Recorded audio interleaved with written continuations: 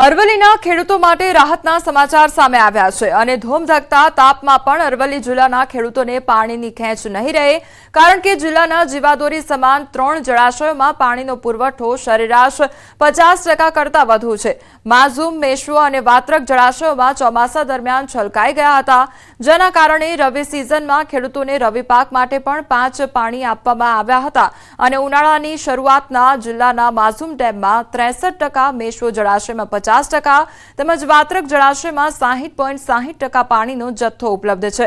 ખાસ કરીને જિલ્લાના આ ત્રણેય જળાશયો પૈકી માઝૂમમાંથી મોડાસા નગરપાલિકાને તેમજ મેશ્વો અને વાત્રકમાંથી પાણી પુરવઠાની જૂથ યોજનાઓને પીવાનું પાણી પૂરું પાડવામાં આવી રહ્યું છે, ત્યારે ત્રણેય જળાશયોમાં પૂરતા પ્રમાણમાં પાણીનો જથ્થો હોવાથી પાણીની સમસ્યા સર્જાશે નહીં। ખેડૂતોએ પણ નદીમાં પાણી છોડવાની માંગ કરી છે। વાત્રક અને માઝૂમ ડેમની અંદર હાલ પાણીનો જથ્થો ખૂબ પ્રમાણમાં હોવાથી આ પાણીનો જથ્થો કેનાલો અને નદીઓમાં છોડવામાં આવે તો ખેડૂતોને ખૂબ ફાયદો થાય એમ છે અને હાલ ઉનાળાની સિઝનમાં બોરના તળ અને કૂવાના તળ નીચા જવાથી ખેડૂતોને સિંચાઈ માટેનું પાણી હાલ મળી રહ્યું નથી અને સિંચાઈ કરવામાં ખૂબ તકલીફ પડેલી છે।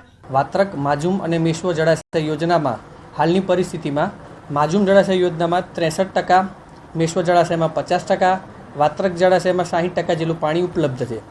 ત્રણેય ડેમમાંથી પીવાના પાણી સારું જથ્થો પાણી પુરવઠા તેમજ નગરપાલિકા દ્વારા ઉપાડવામાં આવે છે અને હાલની પરિસ્થિતિ પ્રમાણે હયાત જથ્થા મુજબ તેઓને ઉનાળા દરમિયાન પાણીની કોઈ પણ સમસ્યા ઉત્પન્ન થશે નહીં। અરવલ્લી જિલ્લામાં ચાલુ વર્ષે વરસાદ ખૂબ સારો પડ્યો છે, તેના કારણે જળાશયોની સ્થિતિ ખૂબ સારી છે। દ્રશ્યો બતાવીશ કે માઝૂમ જળાશય ખાતે આપણે ઉપસ્થિત છે અને આ જળાશયની અંદર 63% પાણી, સૌથી વધુ પાણી આ જળાશયમાં છે। સાથે જ મેશ્વો જળાશયમાં 50% પાણી છે, વાત્રકમાં 60% પાણી છે, એટલે કે જળાશયોમાં સારી સ્થિતિના કારણે મોડાસા શહેરવાસીઓને પાણીની સમસ્યા નહીં રહે। પરંતુ બીજી તરફ જે મેશ્વો નદી કિનારાના જે ગામડાઓ છે તે ગામના લોકો દ્વારા પાણીની માગણી કરવામાં આવી છે કે ઢોર, ઢાંખર તેમજ કુવાના તળ જે નીચે ગયા છે તેમાં પાણી આવે તેના માટે નદીમાં પાણી છોડવાની માગણી કરવામાં આવી છે। સાથે જ ઉનાળુ સિઝનમાં જે બાજરી સહિતના પાકોનું વાવેતર કરતા હોય છે ખેડૂતો, તેમને પણ કેનાલમાં પાણી આપવામાં આવે તેવી પણ માગણી કરી છે। જિલ્લામાં હાલની સ્થિતિ પ્રમાણે જળાશયોમાં ખૂબ સારા પાણી છે, તેવા સંજોગોમાં ખેડૂતોની માગણી જોવા મળી રહી છે। Hardik Patel, news 18 Gujarati, Mazum dam, Aravalli.